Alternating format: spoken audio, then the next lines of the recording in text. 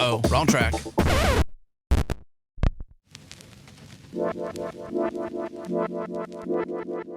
Yes, that's more like it. Hey, it is not Monday, it is Friday, and this is the Changelog. And this week we're joined by Craig Kerstiens. Craig is the Chief Product Officer at Crunchy Data and a well-known ambassador for Postgres at large. So the title says it all, just Postgres. That's what today's show is about. Huge thank you to our friends and our partners at Fastly and Fly. Our podcasts are fast to download globally because, hey, Fastly is fast globally. Check them out at fastly.com. And our friends at Fly let you put your app and your database close to your users all over the world. No apps required. Check them out at fly.io.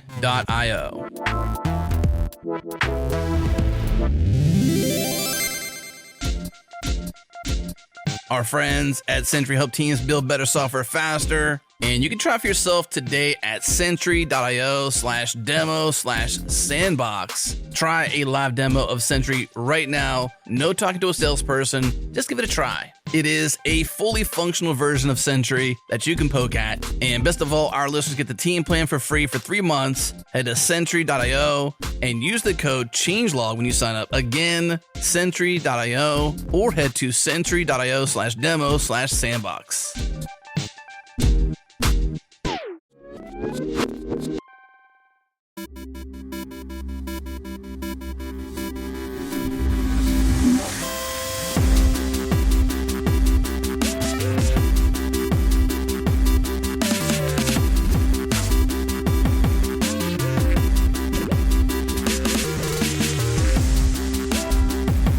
Well, Craig, last time we had you on the Changelog, we were talking about what's so exciting about Postgres. And you and I both are excited by Postgres, but mostly about how stable and boring and reliable it is. That being said, lots of people, I would say today, even more excited about Postgres. We had Nikita from Neon on the show, and he pointed out that of the top 5 databases on DB Engine's rankings, it's like the only one that's growing amongst the top 5. So there's people that are using it more and more, getting more excited maybe about how boring it is. I don't know. What are your thoughts on Postgres of late, adoption, interest, and what's been going on? Yeah, I think that's spot on. I love to usually reference Hacker News, who's hiring. So there's one site where you can chart who's hiring for some various technologies on Hacker News. And when you chart all the databases, Postgres is just like a runaway. It's like Postgres number 1, then Mongo number 2, and then the others when you chart it over time. What's interesting is I think Postgres teeters back and forth between the number 4 and number 5 technology. And that's including things like, JavaScript. I'm like, how in the top 5 language and technologies that, people are hiring for? And I mean, I think most of us read Hacker News. It's not the end-all be-all perfect indicator of technology, but it's a reasonable place of where things are headed, right? And so Joe Hellerstein wrote a book that was a tribute to Michael Stonebreaker, who created Postgres.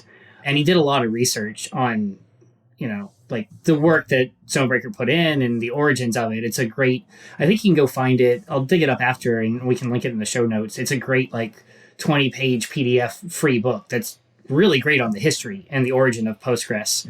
And Joe Hellerstein, who's a professor at UC Berkeley, teaches databases there, did a lot of research on when did Postgres get popular?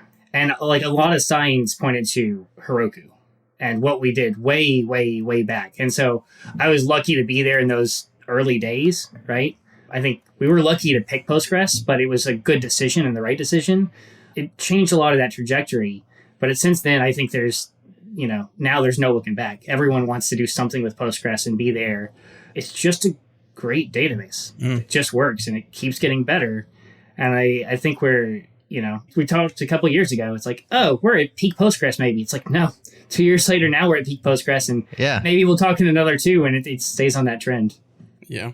Can you recall what made you choose or consider Postgres back in the Heroku day whenever you made that choice, that fortunate choice?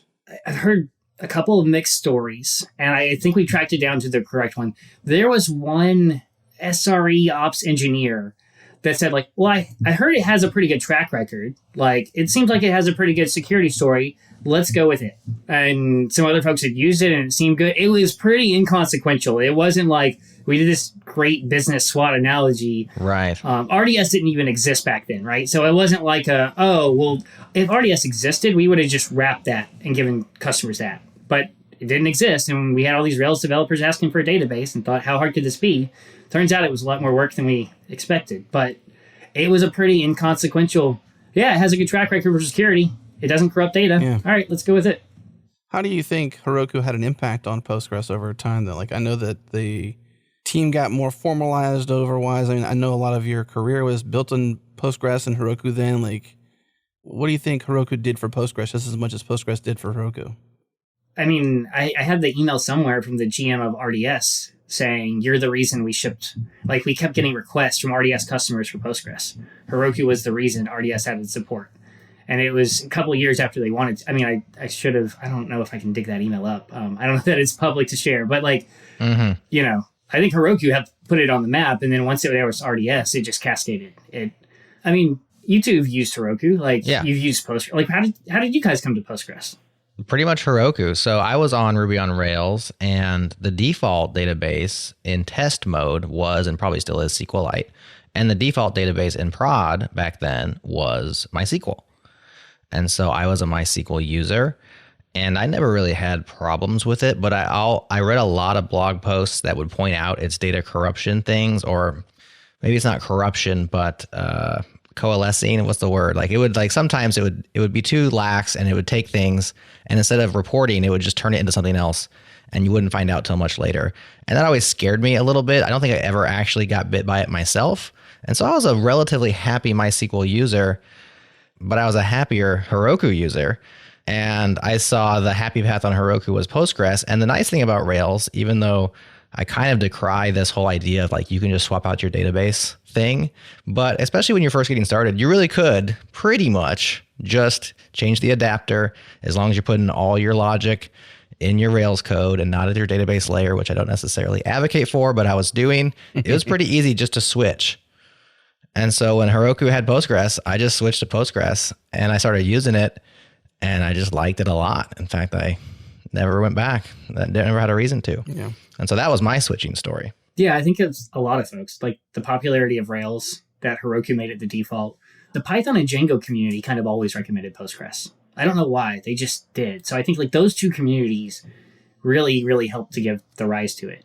Back in Heroku days, we also did a lot of investment on the JSON stuff and JSON-B stuff, and wrote some big checks for community development.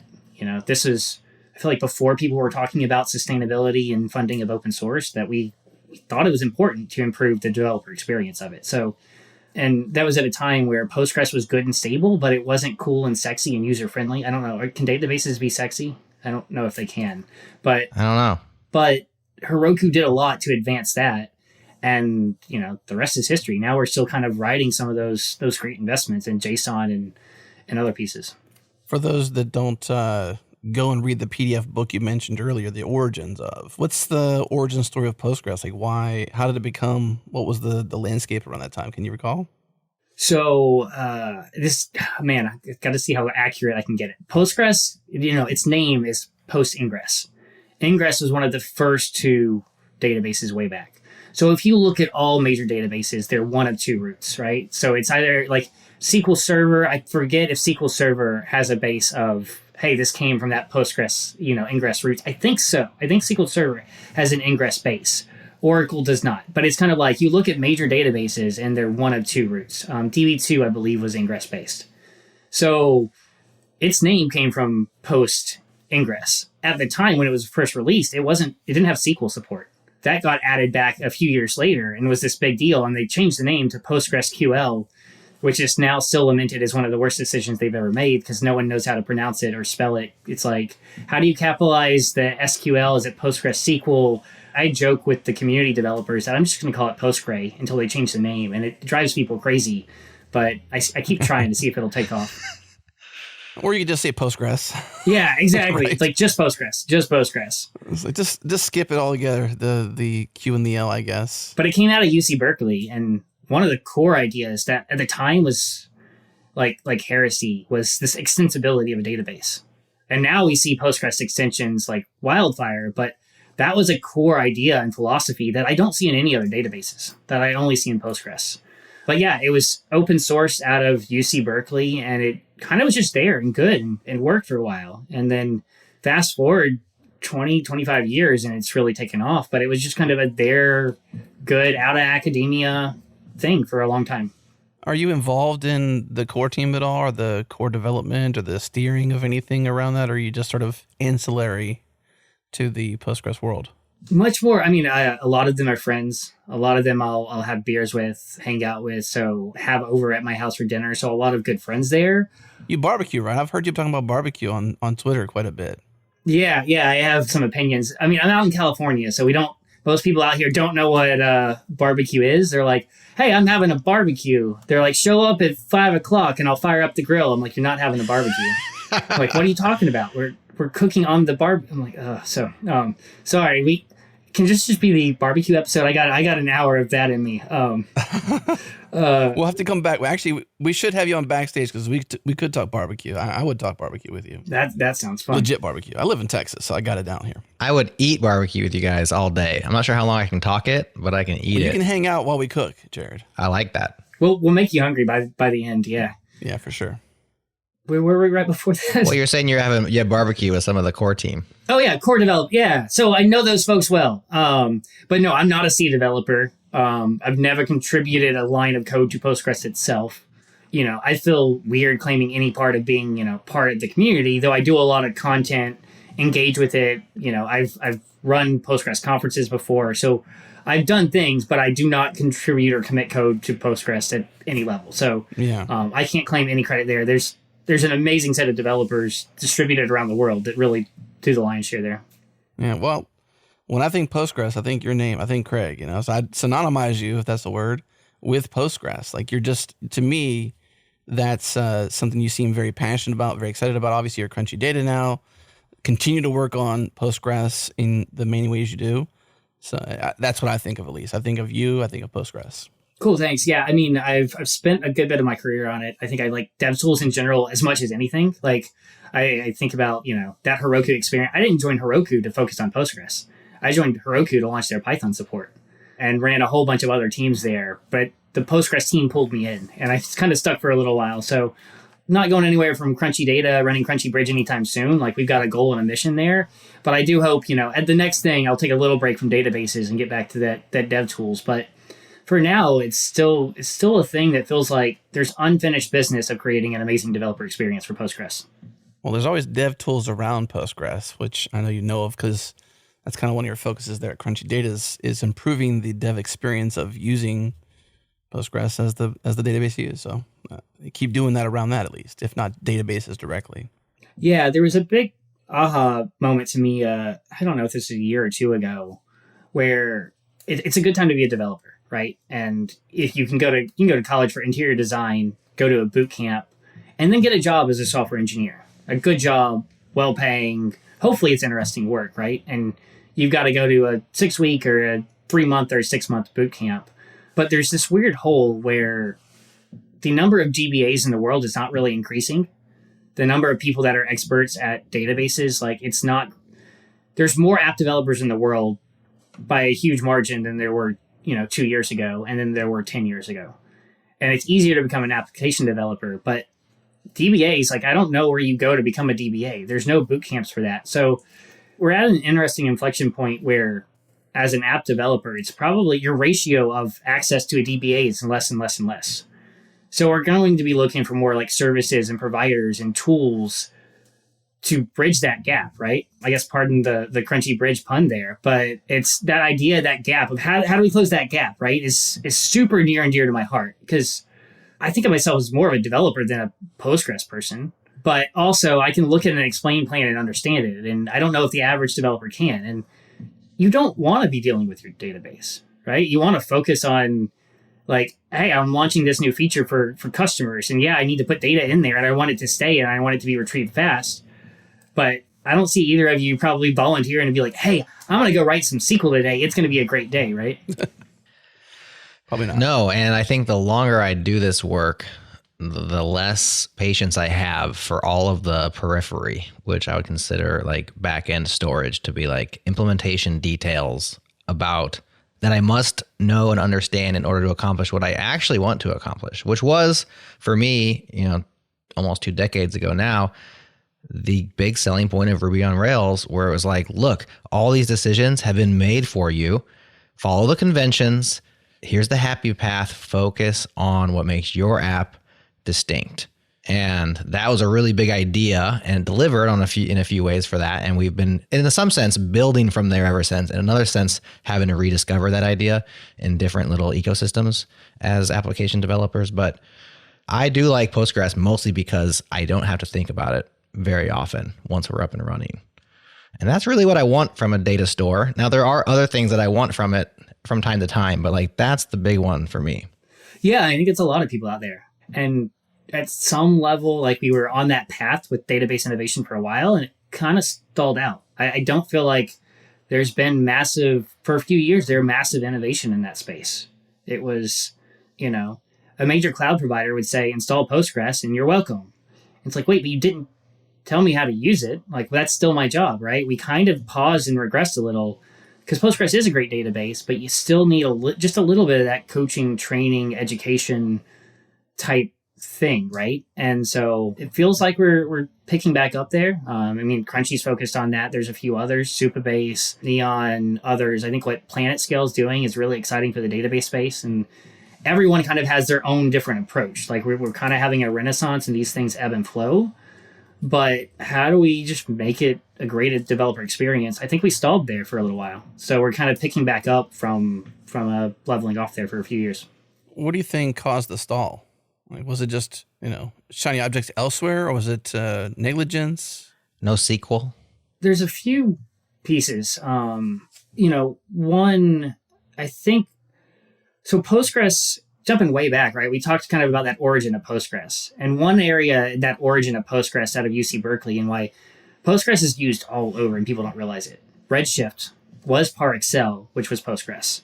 So you take Postgres and you fork it. If you were building a data warehouse company 15 and 20 years ago, what you would do is you would start with Postgres, you would fork it, and then you would go and make it MVP, like multi-parallel. And then you start to build in data warehousing features, compression, columnar storage, those sort of things. So you look at like Greenplum, Astrodata, Netezza, like there's a laundry list of look at every data warehouse almost for the past 15, 20 years, and there was Postgres at the core. And so that's great. Then Postgres kind of continued to rise. And when you look at it, there's other people that are like, okay, Postgres is good, but we need more. We need to add on our special sauce. I think the major cloud providers started doing this first. Like you look at every major cloud provider and they have their flavor of, air quotes, Postgres compatible thing. And I don't have a lot of love lost for them because it's not Postgres compatible. There is no spec for Postgres compatible.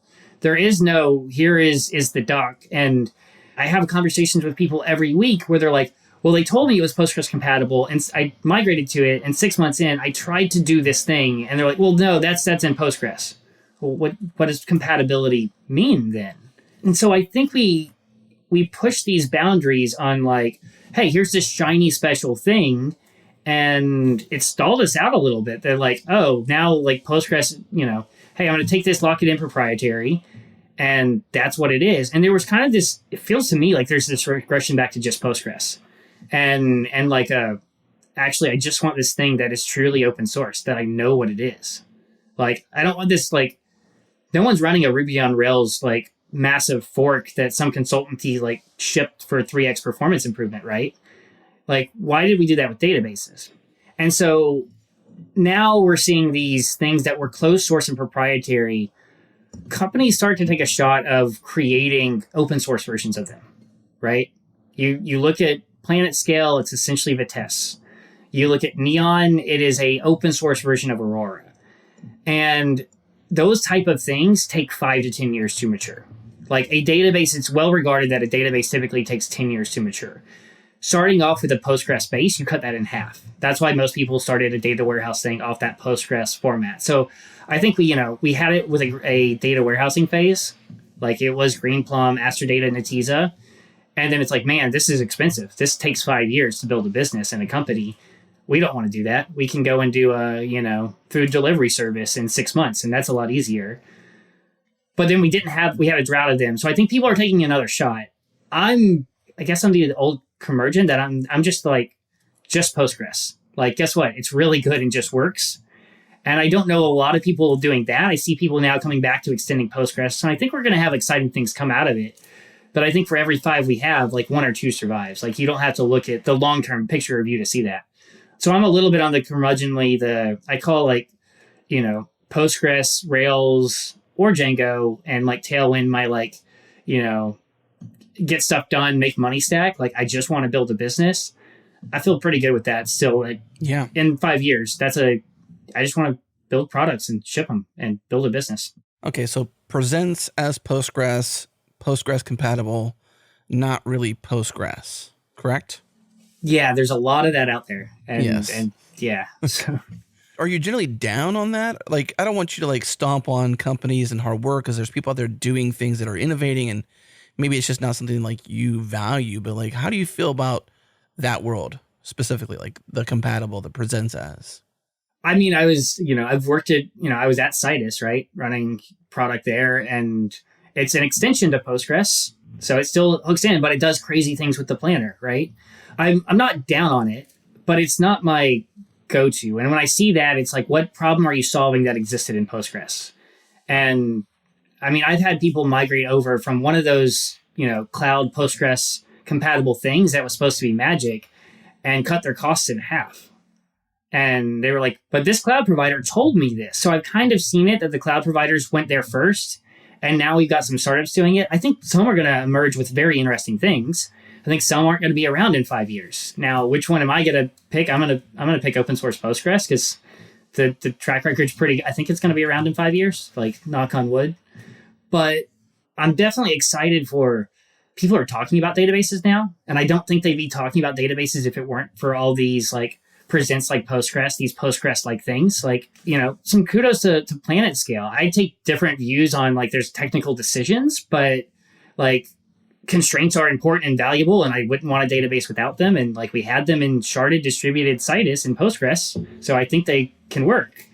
But I have a lot of friends over there, so I have contrasting views. But what they've done for excitement for databases is awesome. And most people aren't Craig, let's talk about this reliable database that doesn't lose your database and just has the functions I want. Let's talk about Postgres. It's most people are yeah, I just want, Jared, to your point, I want my database to work. Mm-hmm. I don't want to think about it. Why do I need to talk about it or think about it? It just should work. And it's a stalwart of that.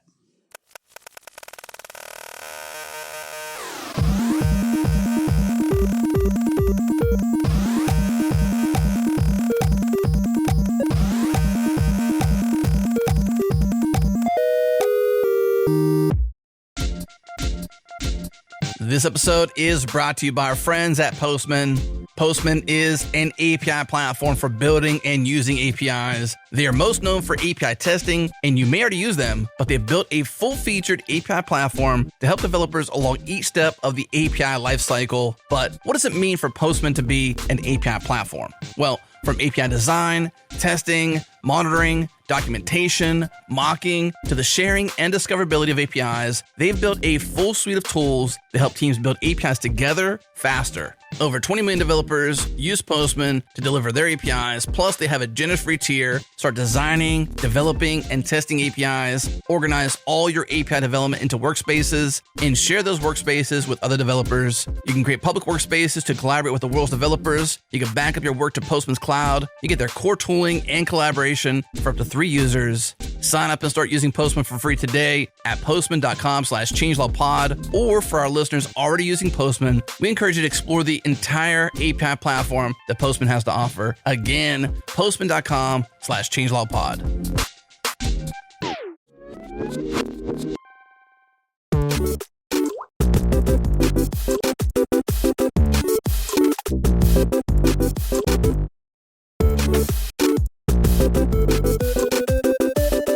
So when we talk about building things that are, presents as or compatible, it brings me back to the point that you made about the extensions. So there's lots of different ways that you can extend Postgres and change the way that it works. And it is amazing how many extensions there are. I was just reading, there was a post in Postgres Weekly of like what happened in Postgres land in 2022. And they went through and just listed out like, here's some extensions that were born this year. And there was like 18 of them, all doing different things. And that probably was not a comprehensive list. I'm sure some were missed. Yeah, I'm sure there's plenty that were missed. But the point still stands. It was an overwhelmingly long list for just like, well, here's the new things. Because that's not like new versions of old things. That's brand new things that happened just this last year. And we can talk about an extension ecosystem. I think I would like to talk about that. But in light of this changing Postgres, then you also have like backend storage changes. Like you can change the way it's storing the data, correct? Like that's kind of what Neon is up to. And then there's foreign data wrappers. It's not like there's a lot of, and maybe these things overlap, but it's not like there's a lot of these different like modularity points or extension points. And some are more like changing Postgres than others. Can you give an understanding of like the different ways you interact with it to extend or to change how it works? Which ones are totally like straight line, safe, open source path? And like when you start getting into hairy territory, like should I swap out my backend or not? Help people understand like that whole deal. Yeah, so there's a few pieces, right? So today, most extensions are C extensions or maybe Rust, but need to kind of be built against the instance that you're running on.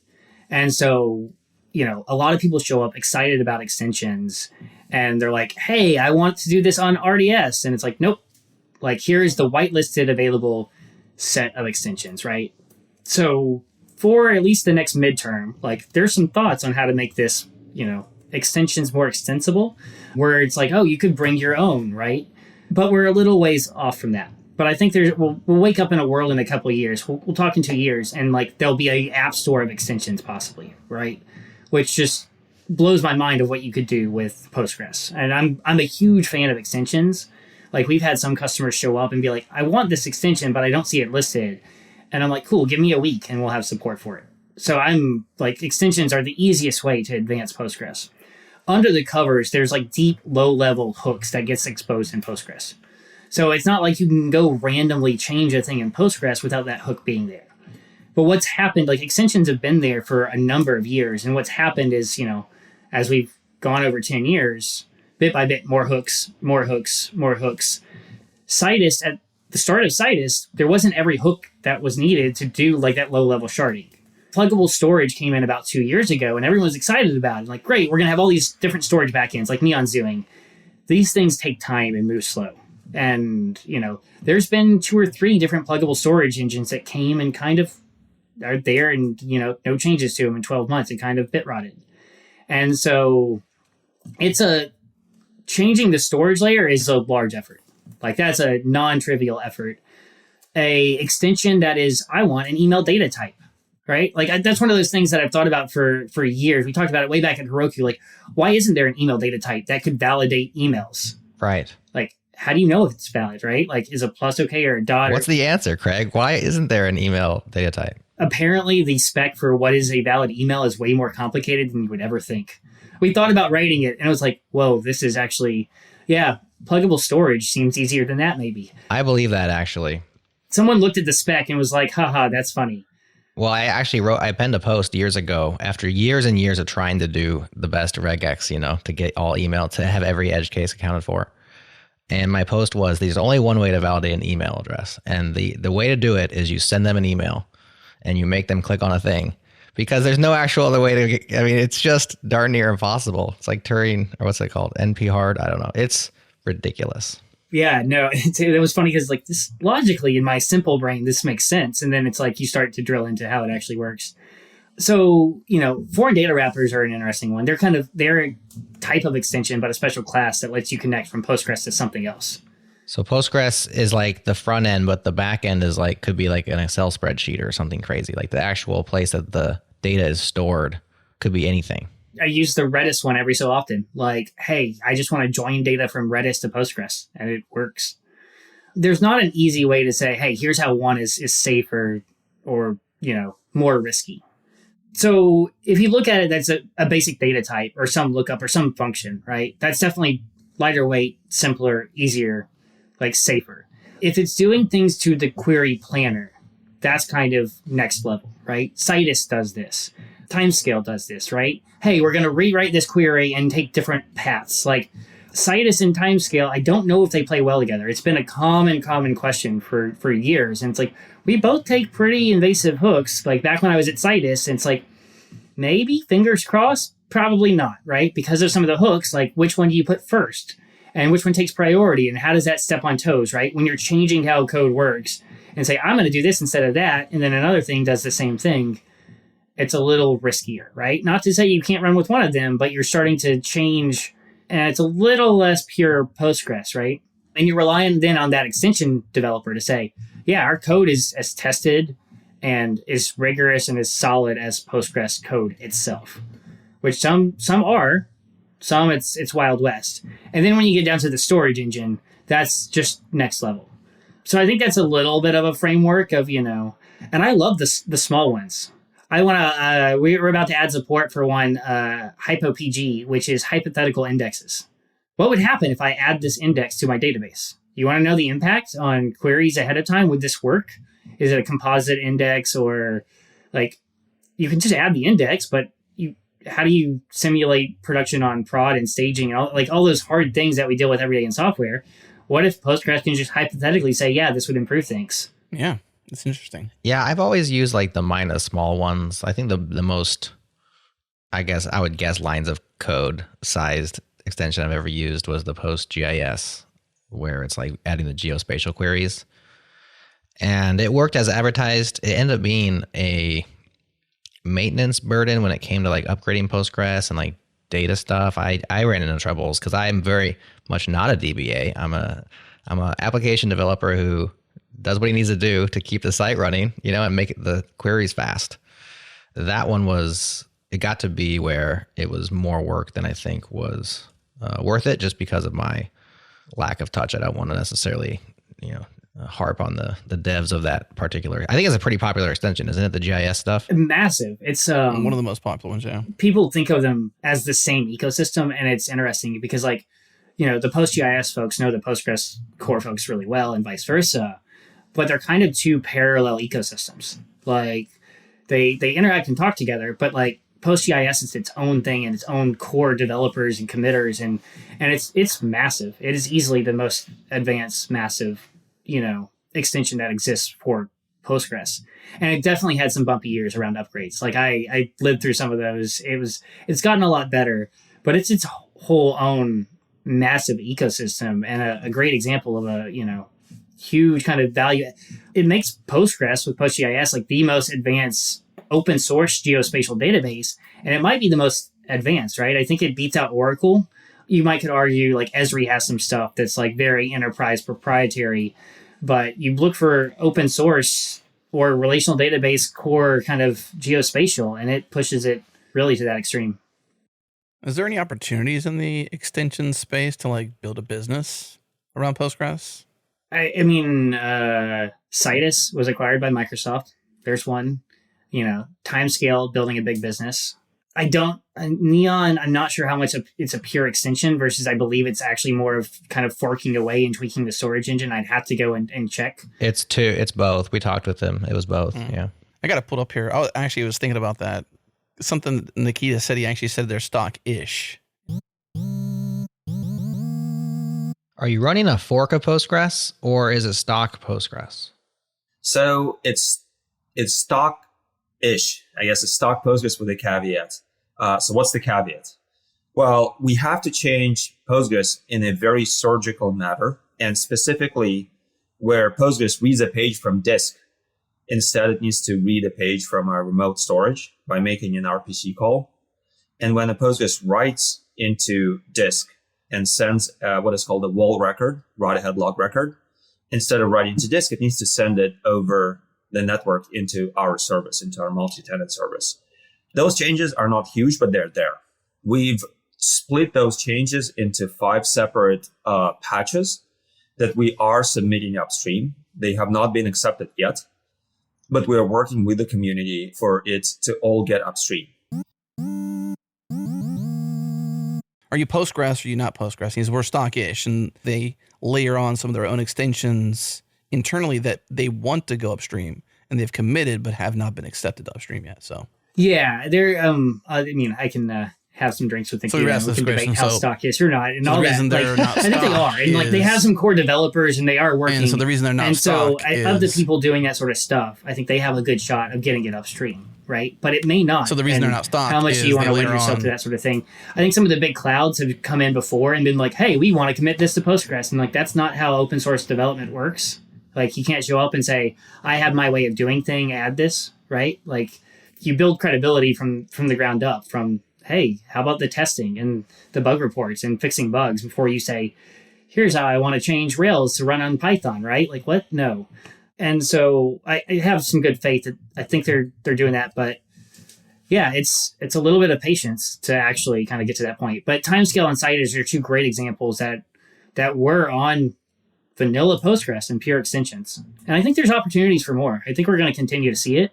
You know, Postgres doesn't have a great like kind of graphing vector capability. Like that's an interesting one where it's got time series. It's got time series like in native Postgres and timescale. Sharding you can do with the Postgres FTW natively, or you could do it in Citus with an extension. It doesn't have an amazing graph story. So that's the one area I could see right off. More columnar stuff. Like columnar compression is great.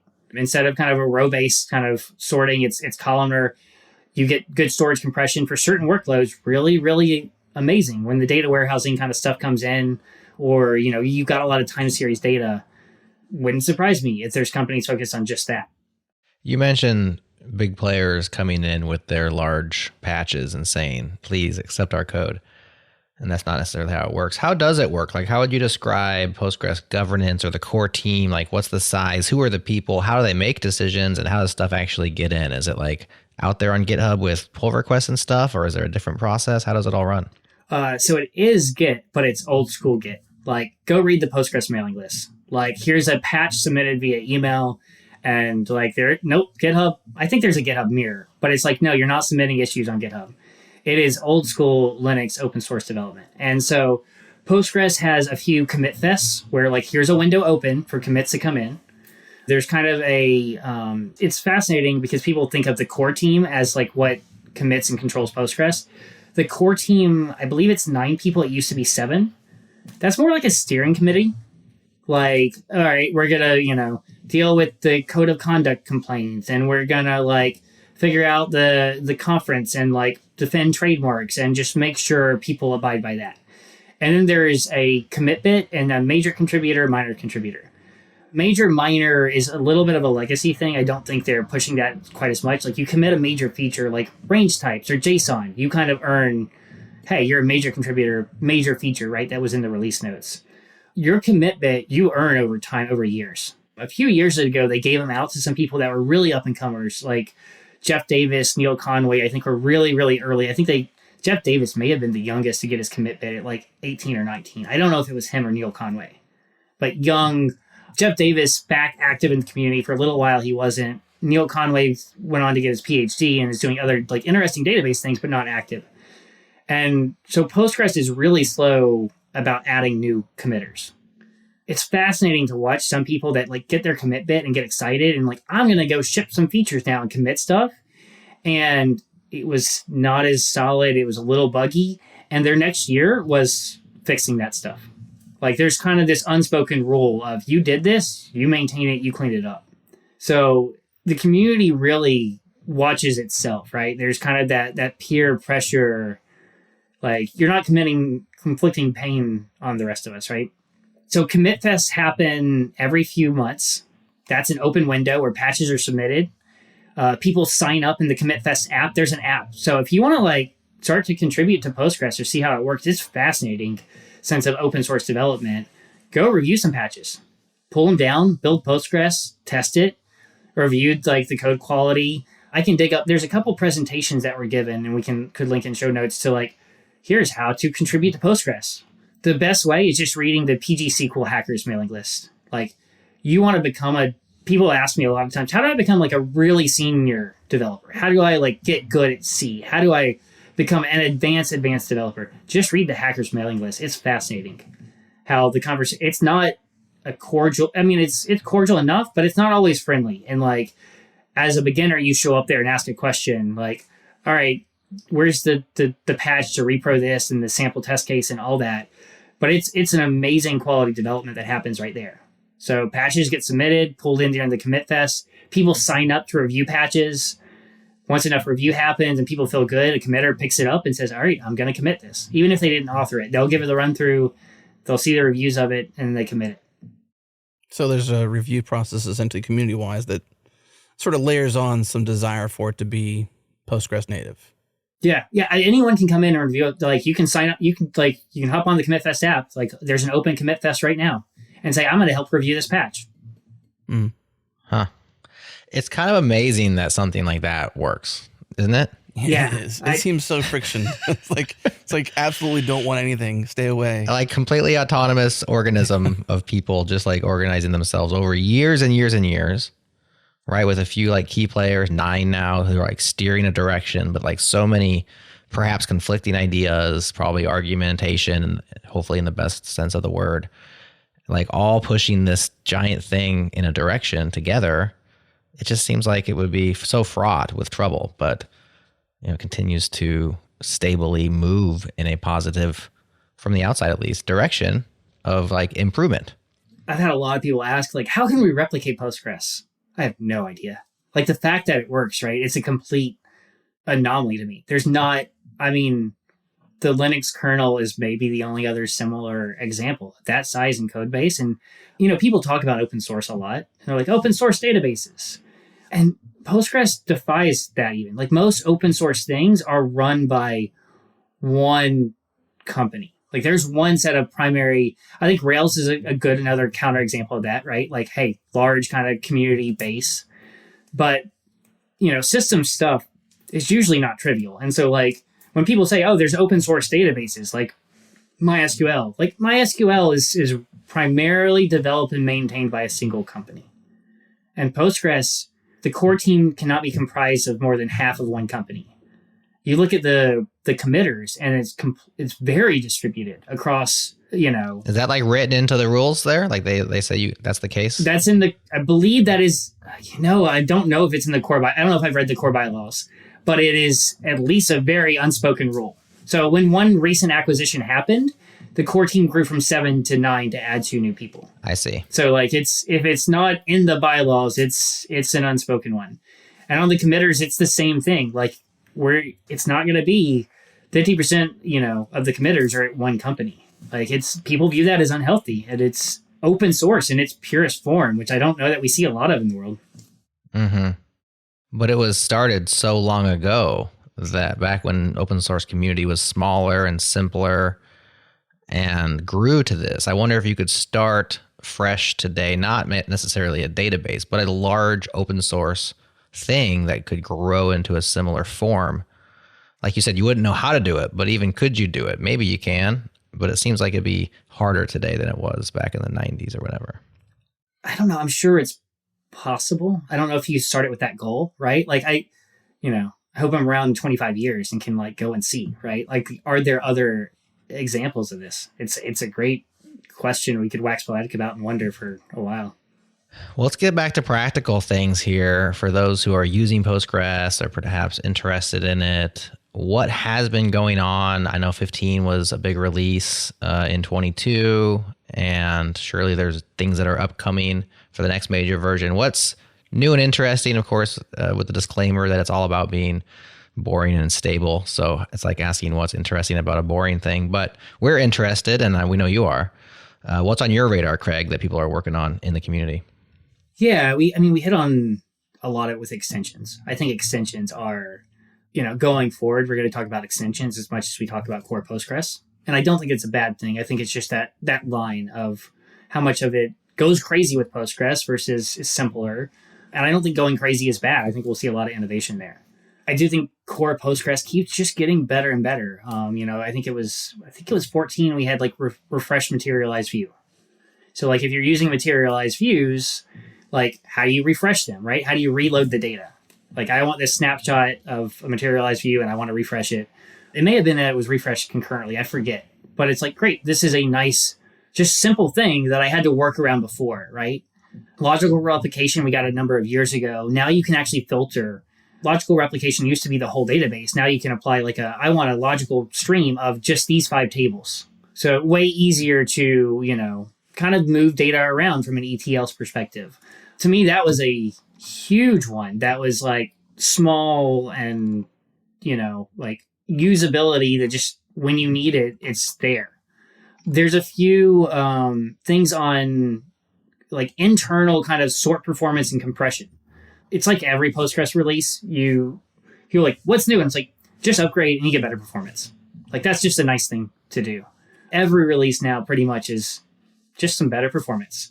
The common question is, will I be impacted by it? Will I get that performance?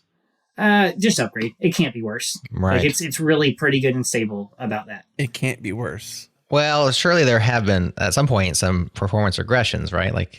Things have to slip through. It could be worse, right? It doesn't happen very often. Postgres is really... No, Jared. No. It can't be.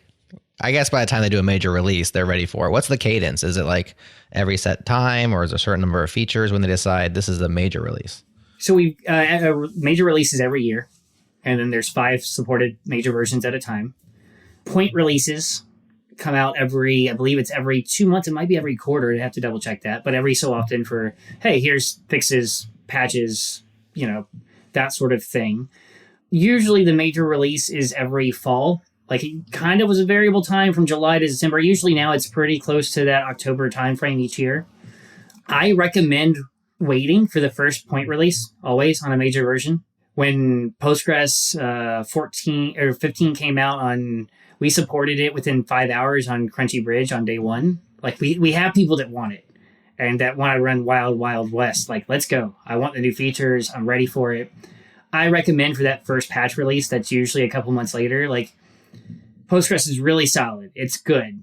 It's not terrible to run, but you may find a bug in that first point release. So if you really want to care about stability even more, that waiting 2-3 months is not a bad thing to do.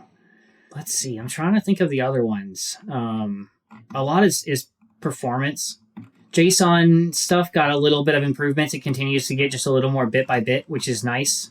Some of the functions around querying JSON, multi-range types and that sort of thing was pretty great. I'm looking at a list here. SQL merge command. That's not something I'm familiar with. That was the top thing on 15. What is that? So it's a thing I would not use it. I would actually use other things in Postgres. It's so funny.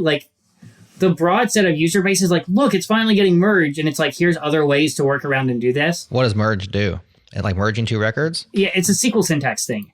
So it's specific to, I believe you would probably want to, most people would recommend a lateral join instead, or traditional Postgres upsert.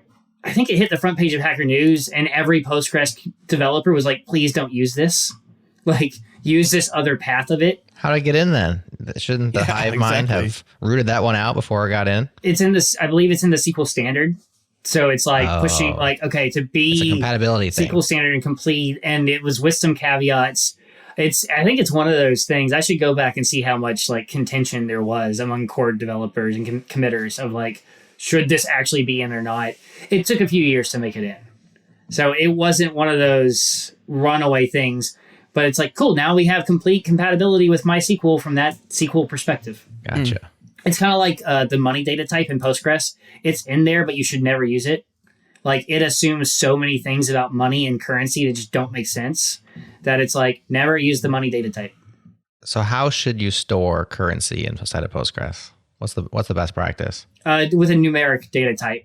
Okay. So why doesn't the money type just get removed? No code is the best code, right? I mean, isn't that the old adage? Yeah, because applications rely on it. So that's why the bar is so high on Postgres, right? And people complain, it's go faster, add this feature. It's okay, you can change it later. And the community's great about this. It's Postgres has managed to deprecate things. It really has, but it's a slow process. And they want to make sure they're not stubbing people's toes and give warnings. And yeah. Is the money feature an old feature? Yeah, it's been there for... Yeah, so okay. So it's dated. It assumed a lot of stuff. Yeah. Is there a book or a resource similar to JavaScript, the good parts, that somebody has written, like Postgres, the good parts? Because it sounds like there's areas, Craig, that you would say, let's avoid these sections of Postgres, but here's the good stuff. The Art of PostgreSQL. It's by a good friend, Dimitri Fontaine. Yeah, it's targeting app developers too. It's not the DBA stuff. It touches on here's how to do this in SQL, right? Things like common table expressions and window functions, which are scare, I think, app developers when you're like, whoa, what are we doing now in the database writing these sort of queries? You know, when I talk to a lot of developers, I'll like, you know, if I'm giving a talk at a conference, ask them to raise their hand of like, who likes writing SQL? And I'll see like, if there's 100 people, I'll see like 5 hands. And I'll follow that up with like, who likes reading other people's SQL? And it's like, no one. Because everyone writes like just bad SQL. And it's like this string of unreadable mess. But with like common table expressions, you can construct really readable SQL where you're like, oh, this is like logical. Like I would write Ruby code and I can follow it. And so I think his book is really good for both the application developer stuff. Here's how to use JSON. Here's how to use range types. Here's how to like, you know, take advantage of this stuff, but also here's how to take advantage of SQL without it being too scary. Love it. We will link that one up for those interested. The Art of PostgreSQL. For sure. It seems like the path to committing, though, is pretty narrow. That's why I'm like, well, just get rid of some of these features. If it's so narrow to get a feature in, you know, seems like, you know, you should be quick to bounce as slow as you are to take. So yeah, maybe. I think it's, you know, Postgres, especially with its rise in popularity, people are like, well, why can't core just do, I mean, we mentioned, you know, the Postgres-ish of Neon, right? And, well, they're trying to build, like, it's easy to say, why aren't they Postgres? No, you can just be Postgres. And it's like, but they've got to upstream this, and they've got to wait for a year or 2 or 3 to keep that quality up. That quality. I think it was the geo stuff, though. It was mainly around the geo. Like, the other stuff, it seemed like, I'm trying to recall the conversation, though. I'm not trying to defend, I'm just trying to clarify. And I think their intention is to be as Postgres as possible. Now, obviously, presents as and Postgres compatible sounds very similar to that, but it sounds like they're trying to be Postgres and they want that to be given to the community. I think so much so that, Jared, you're like, can we run Neon on our own? And Nikita's like, yeah, you can. You can take our patches and recompile Postgres yourself and get to the same Neon we're at today and do it yourself. That's what I recall from that conversation. I think it's a big step forward from, you know, I would describe Neon as an open source Aurora. I think that's fair. You talk to Amazon, I think you could ask Nikita and he'd be like, that's probably a fair assessment, right? And you go talk to Amazon saying, well, why haven't you open sourced Aurora? And they're like, well, it has all these Amazon specific things and like, it wouldn't be good to the community. So I think like this is definitely a step in the right direction. But Postgres at its core, you put that in there and it breaks something or has this edge case or, you know, and then the whole set of community, you know, a lot of volunteer, you know, on their nights and weekends, developers, you know, some are paid full time for this, are now supporting this thing for a company that is like, you know, supports their mission. So at the core, right, you want a database to just work and not lose your data. And Postgres holds that bar really high. Not every database actually does. Some play fast and loose there. So it's a thing that if you want that, you've got to take that trade-off of it's going slow and things get deprecated slowly because they made it in because we thought the quality was there. It's a little slow and steady, but it's the tortoise that's won the race so far. Mm-hmm. So what Neon is trying to do, take Postgres serverless, has, you know, 2 facets. You have the separation of the data storage from the compute layer, which they seem to have accomplished, and you have the replication or the distribution of the database all around the world to these different edge nodes. And it seems that there's a part of the industry that's going that direction. It's the edge of the industry. It seems like it's being very much bleeding edge or maybe being pushed by people who have reasons for that. But I wonder if the core team, from your interactions or anything, like, is there discussion of the Postgres developers of like, we're also headed in this similar direction? Or is that not something that they're interested in building into Postgres? These kinds of, it's kind of re-architecting to a certain extent, which is why Neon has to patch and extend and do a lot of things in order to get it done. But is Postgres core, are they moving that way, or are they just moving down the road of slow and steady performance improvements, everything's extensions? I think more of the latter. And I would say like Postgres probably does better of all that shiny stuff than people realize. Like I've got a customer that looked at, like, they were on Heroku and thinking, okay, I'm thinking about what I do after Heroku, and ran this app that benchmarked on all these providers. And I'll send a link so that we can post it in the show notes. Like, this is their benchmark. And like Crunchy has like geo replicas today, and connected their Fly.io app, right? Which Fly is all about, like, run the app on the edge everywhere. And this is vanilla Postgres. There is no special proprietary anything. Vanilla Postgres, just running geo replicas. Like, we're faster than like Fly native things. So like Kurt's over there, like, you want managed Postgres, run on Crunchy Bridge. And like, guess what? Postgres is really good. And it doesn't get talked about because it is boring and stodgy and not shiny new, we did this advanced thing. But guess what? Like, vanilla Postgres, geo-replicated, really fast and works really well. I was kind of surprised, but I was surprised that we beat Fly native ones. Like, wait, huh? How are we faster than Fly on, like, when we're not even on Fly? This is an AWS instance, geo-replicated in AWS or Azure or GCP, not on Fly hardware, that it's actually a better performance latency time. Well, that's cool. Well, the one difference I think is probably it's not managed and it's not serverless, right? There's two kind of key parts there, which is part of the Neon story, because you got to manage yourself and it doesn't spin down to zero. Yeah, I think the spin down to zero is a fair one. And, that's a great question. To me, I usually think of serverless as more of a business thing. Like, do you actually care that it spins down to zero, or you just don't want to pay for it when it's not in use, right? I think, you even look at that spin down to zero and look at it in Aurora. There is no like zero cost Aurora anymore. It's now a minimum, like, hey, we'll idle it, but still there's a minimum, budget account for your database. Yeah. Surely. Yeah. I mean, there's a business challenge there too, because I remember one of Jared's questions was like, okay, so you're footing the bill to that spin down to zero. You're going to hold that data for how long? Because that zero may never come back to a one because the customer left or they no longer are interested in Neon, and you're sitting here with this data on a disk and you're, and he talked about the tiers of data and stuff like that. So there's definitely a business challenge there when it comes to affording that long term and enabling that forever zero feature, that spin down to zero feature. It's an interesting world.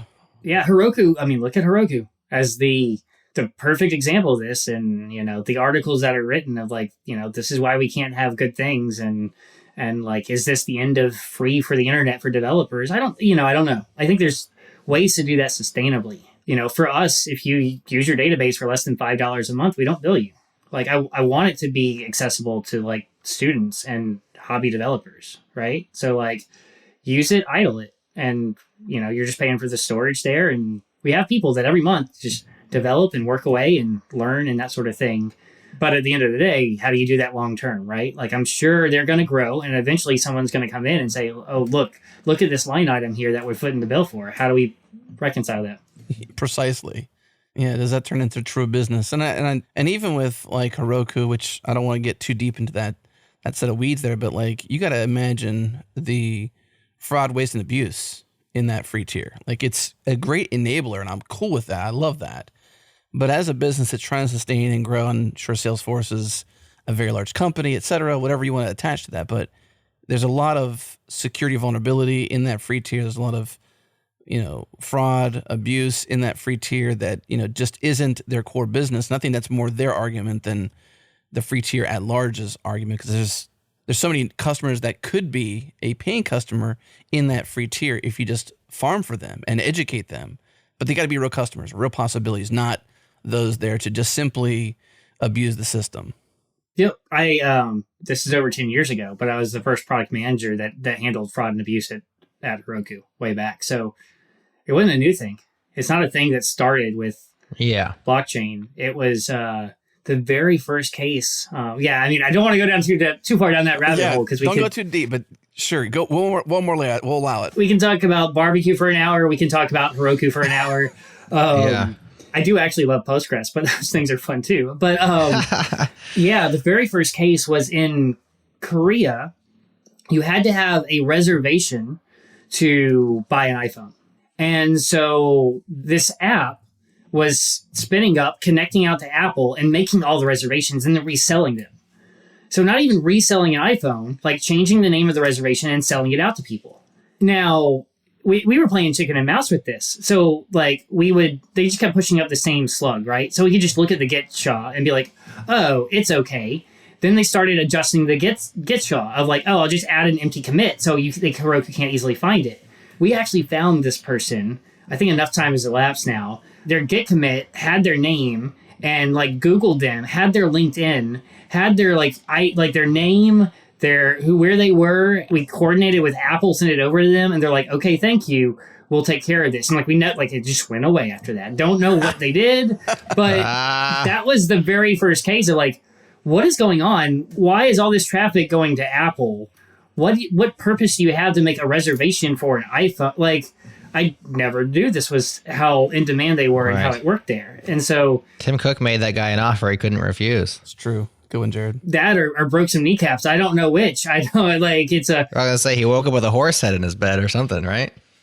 Like, come work for us, or the other option. But it's nothing new. Run our reservations team. Yeah, I'm sure it's not any better with coin mining and other things like it. Yeah. Well, there's another factor there, which we had a decade of hyper growth, 0% interest rate based investment, and the free tier for a startup is a epic win for growth. I mean, it's a massive way to get lots of people. I think, what was it, Jason Bosco from TypeSense, Adam, that we talked to about how they didn't have a free for open source or a free for whatever offering with their cloud, and how that is, one way of going about getting a whole bunch of users that you could just buy them because you have investment money, and like those times are changing. And so that I think, that's more of the, I don't know if cynical is the right word, but maybe the hairier side of what those things are. Of course, we want to always just be like, we love developers, we love open source, and we want to see people tinker and have fun, and here it is.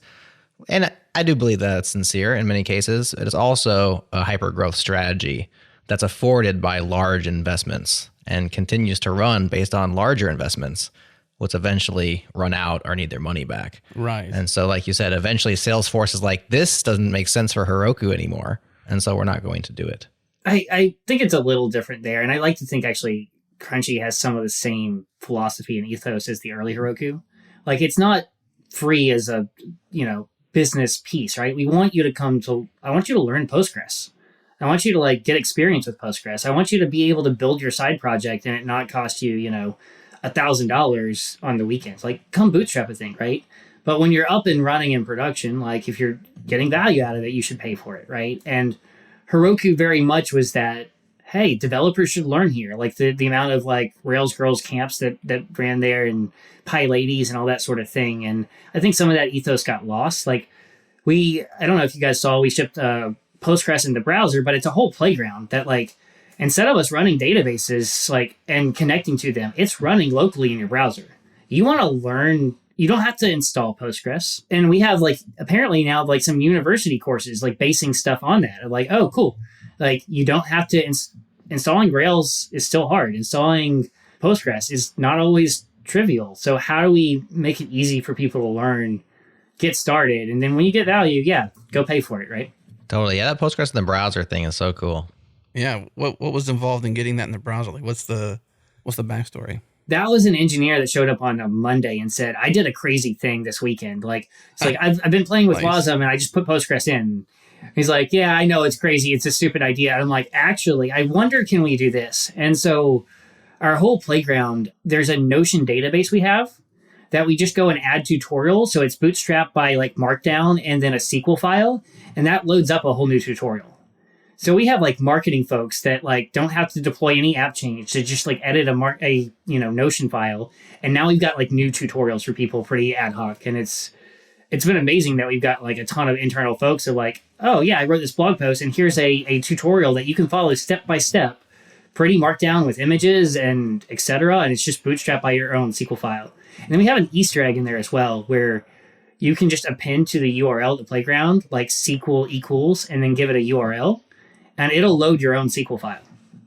So if you wanted internal training with sample data, you can it'll boot up the browser instance, download that SQL file, create tables, load up data, all just right there for you.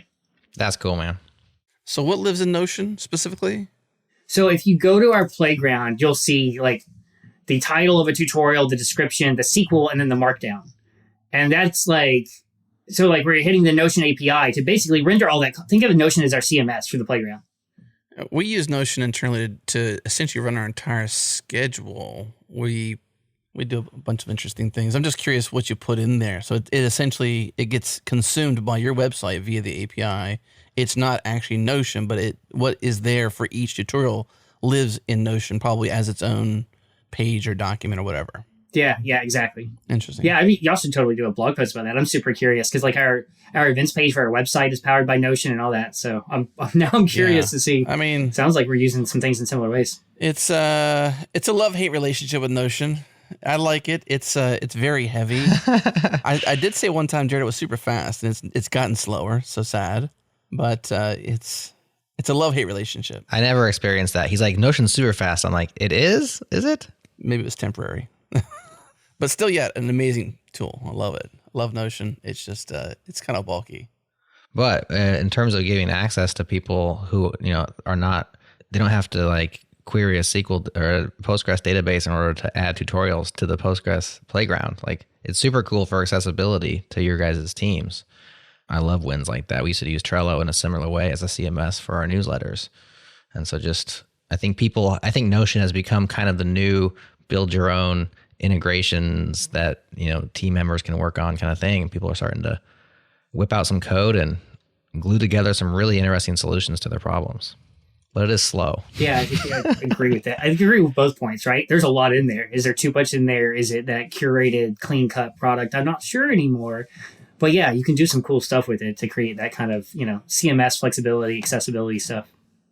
All right, Craig, anything left unasked, untold?